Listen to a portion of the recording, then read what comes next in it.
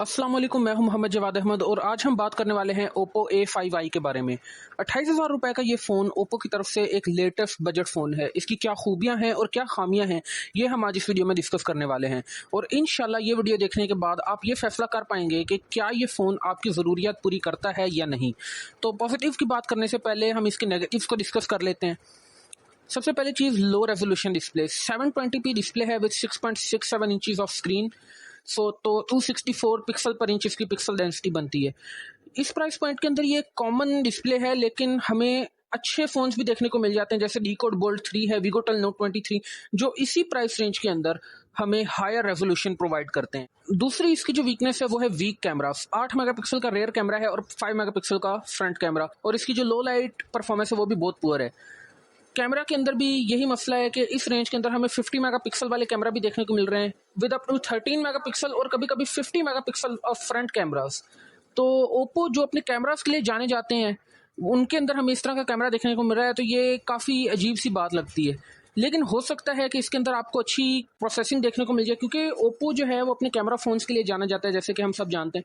और सबसे पहले इनको पॉपुलैरिटी भी इसी वजह से मिली थी। तो हो सकता है इसके अंदर आपको बेटर परफॉर्मेंस जो है वो सॉफ्टवेयर साइड से देखने को मिल जाए। इसके अंदर सिर्फ 4 GB रैम है विद 64 GB ऑफ स्टोरेज, तो ये बहुत कम फील हो सकता है। कम से कम 128 GB तो स्टोरेज होना चाहिए था।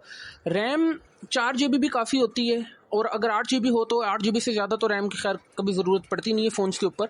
हमें जो इसके अंदर दूसरे ऑप्शंस देखने को मिलते हैं, जैसे कि Infinix Hot 50i, Realme C61, Xiaomi Poco C75, वीगोटेल नोट 23, इनमें आपको 8 GB रैम और 128 GB से ज़्यादा की मेमोरी देखने को मिल जाती है। अल्ट्रा वाइड कैमरा नहीं है, कोई मैक्रो लेंस नहीं है, सिर्फ एक ही यूजेबल कैमरा है जो पीछे बैक पे इन्होंने दिया है हमें। प्लास्टिक बिल्ड है, इस प्राइस के ऊपर एक्सपेक्टेड है, तो इसके अंदर ज़्यादा कोई इशू नहीं है। एमोलेड पैनल नहीं है, IPS LCD है, तो ये थोड़ा सा इसके अंदर हम कह सकते हैं ड्रॉबैक है, क्योंकि इस प्राइस रेंज में हमें अक्सर अब एमोलेड पैनल्स भी कुछ कुछ फ़ोन्स में देखने को मिल जाते हैं। और इसके अंदर सिर्फ एक सिंगल स्पीकर है, कोई स्टीरियो स्पीकर की सपोर्ट इसमें नहीं है। तो अब अगर हम इसके पॉजिटिव्स की बात कर लें कि इसमें क्या क्या पॉजिटिव है, तो सबसे पहली चीज़ इसकी बैटरी। 5100 मिलियम पेयर की बैटरी बहुत बड़ी बैटरी है, जो आपको अच्छा खासा बैकअप प्रोवाइड कर सकती है। अप टू 16 to 18 आवर्स अगर आप मिक्स यूजेज कर रहे हैं, जिसमें कॉल, वीडियो स्ट्रीमिंग, गेमिंग वगैरह, तो 16 से 18 घंटे आपके ईजिली इस पर निकल जाएंगे। और 45 वाट की फास्ट चार्जिंग इसमें हमें देखने को मिल रही है। इसका मतलब अंडर 45 मिनट्स आपकी ये जो पूरी बैटरी उसको चार्ज कर देगा। तो ये एक बहुत ही अच्छी चीज़ है कि इसके अंदर हमें एक बड़ी बैटरी और काफ़ी फास्ट चार्जिंग देखने को मिल रही है। स्नैपड्रैगन 6S Gen 1 11 नैनोमीटर वाला इसके अंदर चिपसेट है, जो कि डेली टास्क के लिए बिल्कुल ज़बरदस्त है। अगर आप इस पर गेमिंग भी करना चाहें तो वो भी आप गेमिंग कैजुअली कर सकते हैं, वीडियो एडिटिंग, स्ट्रीमिंग वगैरह भी आप इस पर कर सकते हैं। तो और गेमिंग भी आप अगर PUBG की बात करें तो लो टू मिड सेटिंग्स के ऊपर स्मूथ गेम प्ले के साथ आप इसको ईजिली खेल सकते हैं। 90 हर्ट्ज का डिस्प्ले है। ये जो है इस प्राइस रेंज के ऊपर एक स्टैंडर्ड बना हुआ है कि आपको कम से कम 90 हर्ट्ज का डिस्प्ले तो देखने को मिलता है, जो कि एक अच्छी बात है। इसके अंदर हमारे पास कुछ आउटलेयर्स भी हैं, जैसे वीगोटेल नोट 23 है, जिसके अंदर हमें 120 हर्ट्ज का डिस्प्ले देखने को मिलता है। लेकिन ज़्यादातर फ़ोन जो हैं वो 60 हर्ट्ज पर स्टक कर जाते हैं, तो उससे तो काफ़ी बेहतर है कि हमें इसमें एक 90 हर्ट्ज का डिस्प्ले देखने को मिल रहा है।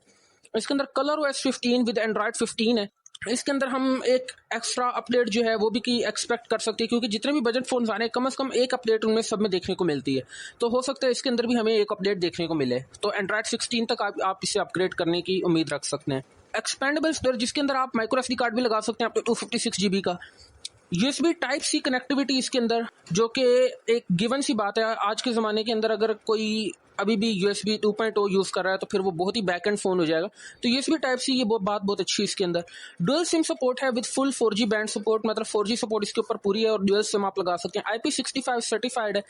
वाटर एंड डस्ट रेजिस्टेंस कि अगर स्प्लैश हो जाता है वाटर वगैरह तो ज़्यादा इशू नहीं है। सबमर्ज के इसके अंदर नहीं है कि अगर आपका फ़ोन पानी में गिर जाए तो उसके लिए आपको कम से कम IP68 वाली रेटिंग चाहिए होती है, लेकिन अगर पानी आपके फ़ोन के ऊपर गिर जाए तो IP65 जो है वो भी उसे कवर कर लेता है थोड़ा बहुत। और इसके अंदर हमें NFC की सपोर्ट देखने को मिल जाती है, जो कि अगर आप कॉन्टेक्टलेस पेमेंट करना चाहते हैं, या फिर आप अपने ACs वगैरह या फिर अप्लायंसेस उनको आप कंट्रोल करना चाहते हैं यूजिंग योर फोन, तो उसके लिए ये बहुत चीज़ ज़रूरी होती है। NFC सपोर्ट इसके अंदर हमें देखने को मिल जाती है, और साथ ही इसमें हमें 3.5 मिलीमीटर का हेडफोन जैक भी देखने को मिल जाता है।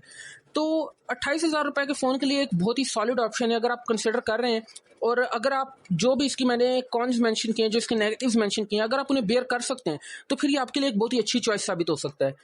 अगर आप चाहते हैं कि मैं एक पूरी वीडियो बनाऊं विद 30,000 रुपीज़ या किसी भी प्राइस रेंज के अंदर कि सबसे बेस्ट फ़ोन किस कैटेगरी में कौन सा है, तो मुझे कमेंट करके लाजमी बताएं और इंशाल्लाह वो वीडियो भी मैं बहुत जल्द बना दूंगा।